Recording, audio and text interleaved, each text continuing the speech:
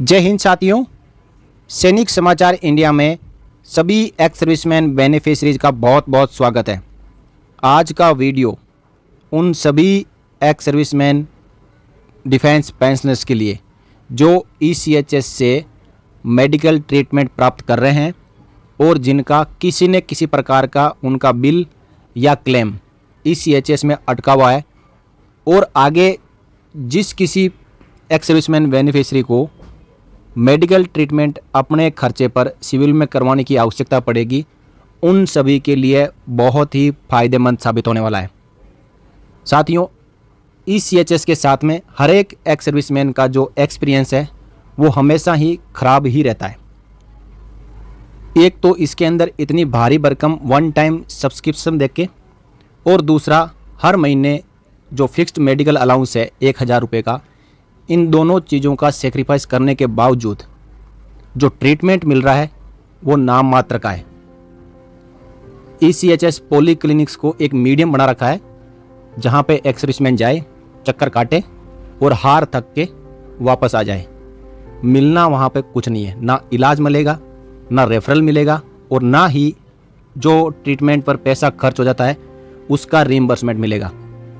लेकिन क्या आपको पता है कि हमारे ही देश की जो माननीय सुप्रीम कोर्ट है, उन्होंने 2018 में एक ऐतिहासिक फैसला यानी एक आदेश दिया था जिसमें यह कहा कि किसी भी एक्स सर्विसमैन बेनिफिशरी का आगे से कोई खर्चा होता है, चाहे वो मेडिसिन खरीदने के ऊपर हो या फिर मेडिकल ट्रीटमेंट के ऊपर हो या फिर कोई सर्जरी पे हो, 7 दिन में ECHS को उसके बिल पास करने हैं और 1 महीने के अंदर अंदर इलाज का जितना भी खर्च हुआ है वो उस एक्स सर्विसमैन को और ECHS बेनिफिशरी को दे दिया जाना चाहिए।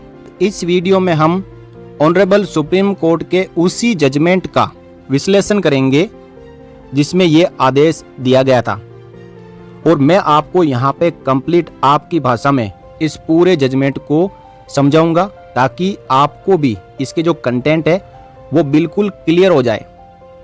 साथियों, वीडियो शुरू करें और जजमेंट पे विश्लेषण करें उससे पहले मैं देश के तमाम एक्स सर्विसमैन से जो भी इस वीडियो को देख रहे हैं उनसे निवेदन करना चाहूँगा कि सैनिक समाचार इंडिया एकमात्र ऐसा चैनल है जो आपके लिए एकदम भरोसेमंद, सही और सटीक जानकारी लेके आता है।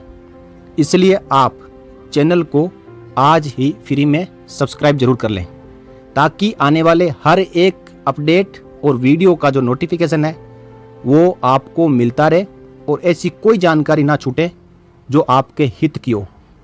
अब आते हैं हम जजमेंट के ऊपर। देखिए, ये जजमेंट जो रिट पेटिशन है हमारे ही देश के एक एक्स सर्विसमैन ने डाली थी जिनका लगभग 13 लाख रुपए उनके इमरजेंसी मेडिकल ट्रीटमेंट के ऊपर खर्च हुआ था, और उस 13 लाख की एवज में ECHS ने इतने उनके चक्कर कटवाए और आखिर उनको 4 से 5 लाख रुपए का रीइंबर्समेंट किया। मजबूर होके एक्स सर्विसमैन बेनिफिशरी को ऑनरेबल सुप्रीम कोर्ट का रुख करना पड़ा और 2015 में उन्होंने रिट पेटिशन नंबर 694 दर्ज करवाया। इसका फैसला 2018 में आया। देखिए, इन पेटिशनर का नाम है शिवकांत झा। उन्होंने यूनियन ऑफ इंडिया के अगेंस्ट ये केस दर्ज करवाया था जिसमें जो शिव कुमार झा पेटिशनर है और यूनियन ऑफ इंडिया रेस्पोंडेंट है, जिसमें यहाँ पे बताया गया है the jurisdiction of this court has been invoked by the petitioner herein by filing this writ petition against the alleged unfair treatment meted out to several retired government servants in their old age and their state of affairs pertaining to reimbursement of medical claims under the Central Government Health Scheme CGHS। साथियों, CGHS के equivalent ही ECHS है और इसके अंदर जो शुरुआत में ही ये बताया गया कि ये रिट पेटिशन और ये जो फैसला है उन सभी बेनिफिशरीज के लिए है जो अपना मेडिकल ट्रीटमेंट करवाते हैं और उनको गवर्नमेंट द्वारा रीइंबर्समेंट के टाइम पर बहुत परेशान किया जाता है, और इन ओल्ड एज और सीनियर सिटीजन्स को चक्कर कटवाए जाते हैं। इसी के ऊपर इस जजमेंट के अंदर एक वर्डिक्ट जो फाइनल ऑर्डर है वो दिया गया है, जो आपको आगे मैं बताऊंगा। जो ब्रीफ फैक्ट है वो इस प्रकार थे कि जो पेटिशनर था वो एक CGHS बेनिफिशियरी था और उसके पास में CGHS का लाइफ टाइम कार्ड था। उसके बाद पेटिशनर ने अपने 2 medical bill central government health scheme को रिम्बर्समेंट के लिए सबमिट किए। जिन्होंने 2 जो अलग अलग ट्रीटमेंट करवाए थे, वो एक ट्रीटमेंट करवाया था नवंबर 2013 में और ये ट्रीटमेंट करवाया था फोर्टिज एस्कॉट हॉस्पिटल में, जिनमें इनके 9,86,343 रुपये खर्च हुए थे उनके दिल की सर्जरी में। और दूसरा जो बिल था वो था 3,98,097 रुपये का। ये ट्रीटमेंट इन्होंने करवाया था जसलोक हॉस्पिटल मुंबई में, जहां पे इनका cerebral stroke and paralytic attack का ट्रीटमेंट हुआ था। जो फर्स्ट बिल है, जो फर्स्ट बिल का कॉस्ट है 9,86,343 रुपये, वो उन्होंने 2 जनवरी 2014 को, और जो सेकंड बिल है वो उन्होंने 19 जुलाई 2014 को अथॉरिटी को सबमिट कर दिया था। लेकिन जो पहला बिल है जो 9 लाख रुपए के लगभग अमाउंट का है, वो टेक्निकल स्टैंडिंग कमेटी ने मई 2014 में कंसीडर्ड किया और जो क्लेम है वो डायरेक्टली रिजेक्ट कर दिया। और उसके बाद में जो पेटिशनर है उनको किसी भी प्रकार की जानकारी इसके बारे में नहीं दी गई कि आपका जो क्लेम है वो रिजेक्ट कर दिया गया। इसके बाद ये केस अगेन कंसीडर्ड हुआ स्टैंडिंग कमेटी के सामने 10 जुलाई 2014 को, और ये अगेन जो है रिजेक्ट कर दिया गया कि जो CRT-D इम्प्लांट हुआ था उसकी ज़रूरत ही नहीं थी।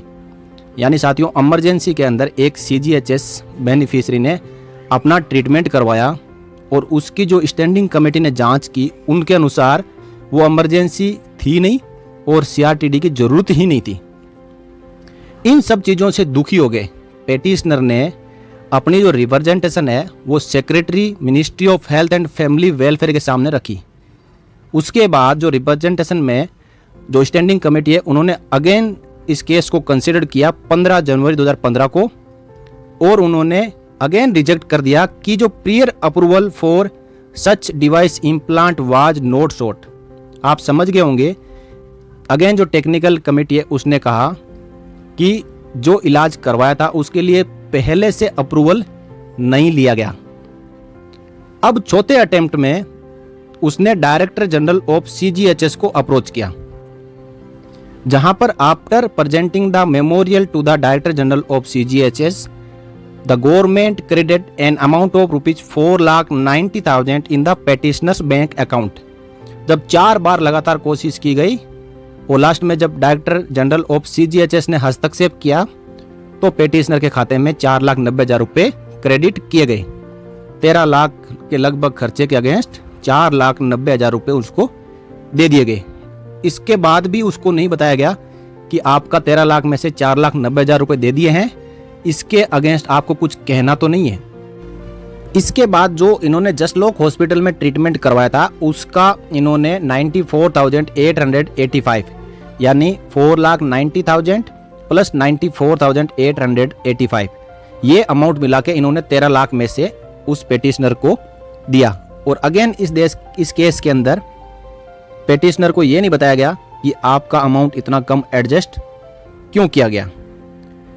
इसके बाद the petitioner herein was denied an amount of ₹4,96,343 from the first claim and ₹3,03,212 from the second set of claim. यानी पेटिशनर ने 2 क्लेम डाले थे, जो दोनों की क्लेम की जो कम्युलेटिव एक्सपेंडिचर था वो 13 लाख के लगभग था। उसमें से 6 लाख के लगभग उसको दे दिया गया और बाकी 8 लाख का जो अमाउंट है अप्रोक्स 8 लाख तक ये अमाउंट उस पेटिशनर को नहीं दिया गया। अब आगे इसमें देखिए, in other way out of the total bills amounting to ₹13,84,440 petitioner को 5,84,885 रुपये दिए गए और 7,99,555 रुपये काट लिए गए, यानी सैंक्शन ही नहीं किए। अब दोनों हॉस्पिटल का जो पेटिशनर ने कुल मिला के 14 लाख रुपए का खर्चा था, उसमें से 7,99,555 यानी 8 लाख रुपए जेब से खर्च करने पड़े। अब इसके बाद इन्होंने रिट पिटीशन 2015 में ऑनरेबल सुप्रीम कोर्ट में डाली, तो सुप्रीम कोर्ट ने रिट पिटीशन के ऊपर इंटरिम फैसला देते हुए तुरंत सीजीएचएस डिपार्टमेंट को 3 लाख रुपए पिटीशनर को एज ए इंटरिम रिलीफ देने का आदेश दिया। तो साथियों, इस प्रकार 5,84,000 रुपए प्लस 3 लाख रुपए यानी 8,84,000 रुपए 14 लाख में से पिटीशनर के पास पहुंच गए। अब साथियों 8 लाख पहुंच गए, अब बात रही 6 लाख रुपए और की, जो कि एक्चुअली पिटीशनर ने हॉस्पिटलों को अपने मेडिकल ट्रीटमेंट के एवज में दिए थे। अब कोर्स जो ये केस है ये ऑनरेबल सुप्रीम कोर्ट में चलता रहा। वहाँ पे दोनों पक्षों ने अपने अपने दलीलें रखी कि ट्रीटमेंट करवाने से पहले अप्रूवल लेना होता है, इमरजेंसी होती है तो भी एक इम्पेनल हॉस्पिटल में जाना होता है। लेकिन ऑनरेबल सुप्रीम कोर्ट ने बहुत बड़ी बात कहते हुए ये कहा कि ये जो मेडिकल ट्रीटमेंट हुआ है ये पेटिशनर के यानी जो पेंशनर के जिंदगी का सवाल था। यदि वो समय पे प्राइवेट हॉस्पिटल में जो भी उसके नज़दीक था वहाँ नहीं पहुँचता और वो इमरजेंसी के दौरान रेफरल के लिए और इम्पेनल हॉस्पिटल को ढूंढता तो आज क्लेम करने वाला कोई नहीं बचता, क्योंकि वो इंसान इलाज से पहले ही ख़त्म हो जाता।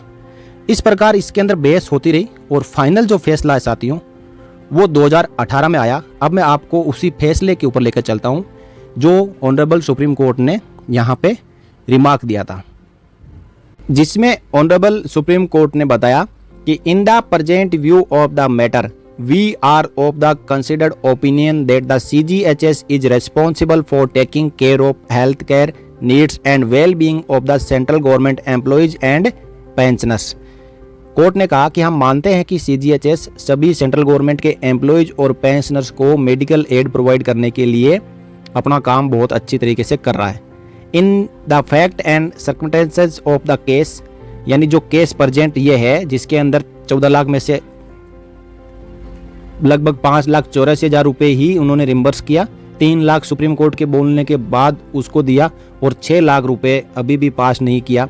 उसके बारे में यहाँ पे बताया जा रहा है कि in the fact and circumstances of the case we are of the opinion that the treatment of the petitioner in non empanel hospital was genuine. बताया कि जो treatment non empanel CGHS hospital में पेटिशनर ने लिया है वो बिल्कुल genuine है, because there was no option left with him at the relevant time. क्योंकि उस समय जब इनकी हालत मेडिकल कंडीशन खराब हो गई थी तो इनके पास दूसरा कोई चारा नहीं था। आगे बताया कि we therefore direct the respondent state to pay the balance amount of 4,99,555। साथियों एक एक रुपए का पेमेंट करने के लिए ऑनरेबल सुप्रीम कोर्ट ने CGHS डिपार्टमेंट को ऑर्डर दे दिया। We also make it clear that the said decision is confined to this case only. लेकिन सुप्रीम कोर्ट ने आगे बताया कि ये जो पूरा का पूरा पैसा देने के लिए आदेश दिया गया है ये पर्टिकुलर इसी केस में है। ऐसा नहीं है कि आगे भी कोई इलाज करवाए और पूरे पैसे के लिए मांगने के लिए CGHS डिपार्टमेंट को चला जाए। इस केस में केस की मेरिट को देखते हुए, इमरजेंसी सिचुएशन को देखते हुए जो एक एक रुपया उस पेटिशनर को ऑनरेबल सुप्रीम कोर्ट ने पेमेंट करने का आदेश दिया। आगे इन्होंने जो स्टैंडर्ड एक रूल रेगुलेशन पास किया वो इस प्रकार है, with regard to the slow and tardy pace of disposable of MRC by CGHS in case of pensioner beneficiary and the unnecessary harassment meted out to pensioner who are senior citizens affecting them mentally, physically and financially।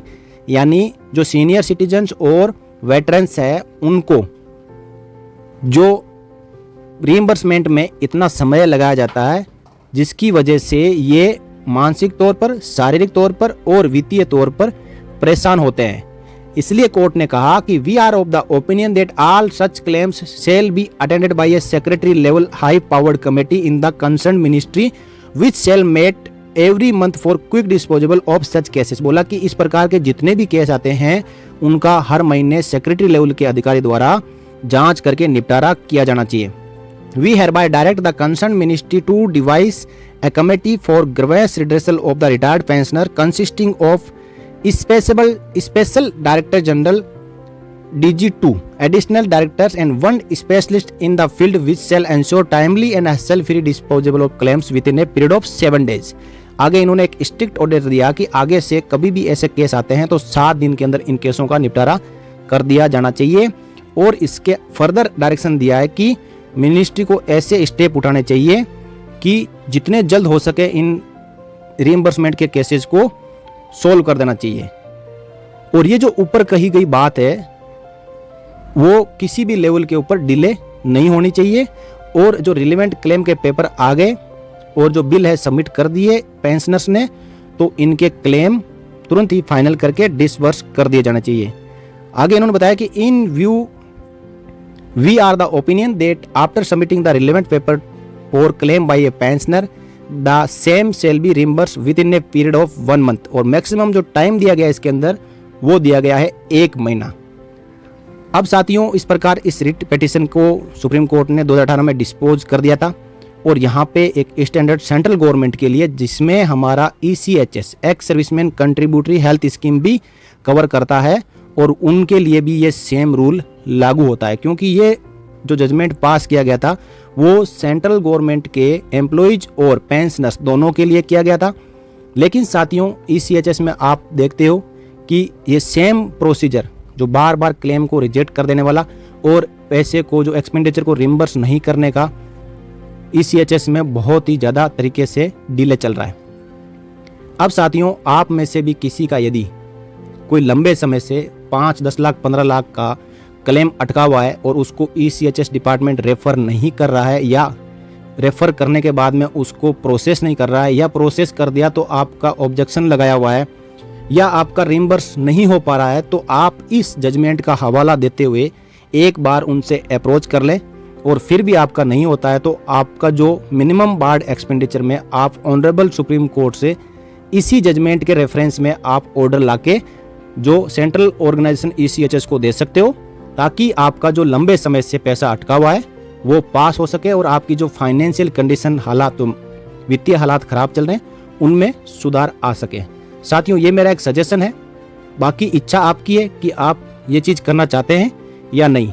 और जिनका 2-3 लाख रुपए का ऐसा कोई claim फंसा हुआ है तो वो अपने तरीके से निकलवा सकते हैं, लेकिन मैं यहाँ पे बात कर रहा हूँ जिनका 10 लाख रुपए से ऊपर का खर्चा हुआ था और उसको ECHS द्वारा रिम्बर्स नहीं किया जा रहा है, तो इस जजमेंट का हवाला देते हुए आप रिम्बर्स करवा सकते हो। साथियों ये था आपके लिए वीडियो जिसमें मैंने आपको जानकारी दी कि ECHS में यदि आपका रिम्बर्समेंट नहीं हो पा रहा है तो आपको क्या करना है। इससे पहले साथियों ECHS के हर लेवल पर आप अपना जो ग्रीवेंस का सिस्टम है उसको फॉलो जरूर कर लें, क्योंकि साथियों स्टेप बाय स्टेप यदि आप चैनल से जाएंगे तो आपका जो केस है वो मजबूती के साथ में ऑनरेबल सुप्रीम कोर्ट या ऑनरेबल हाई कोर्ट द्वारा संज्ञान में लिया जाएगा। और यदि आप डायरेक्टली जाते हैं तो आपके केस की मेरिट थोड़ी सी कम रहती है, आपको बोला जाएगा कि आपने किसको अप्रोच किया, तो आप पहले अपने लेवल पे अप्रोच कर लें और उसके बाद में हमारे कोर्ट ऑफ इंडिया के दरवाजे खुले हैं। तो साथियों वीडियो आपको अच्छा लगा हो तो लाइक करें और अपने ECHS बेनिफिशियरियों के साथ में शेयर जरूर करें, ताकि उनको भी इसके बारे में जानकारी मिल सके कि हमारे देश की सुप्रीम कोर्ट ने ऐसा आदेश सेंट्रल गवर्नमेंट के कर्मचारियों और पेंशनर्स के लिए दिया हुआ है। इस वीडियो में इतना ही साथियों, मिलते हैं अगले वीडियो में एक और लेटेस्ट अपडेट के साथ। साथियों सैनिक समाचार इंडिया चैनल के साथ बने रहने के लिए आपका धन्यवाद और लाइक शेयर और चैनल को सब्सक्राइब जरूर करें। जय हिंद, जय भारत।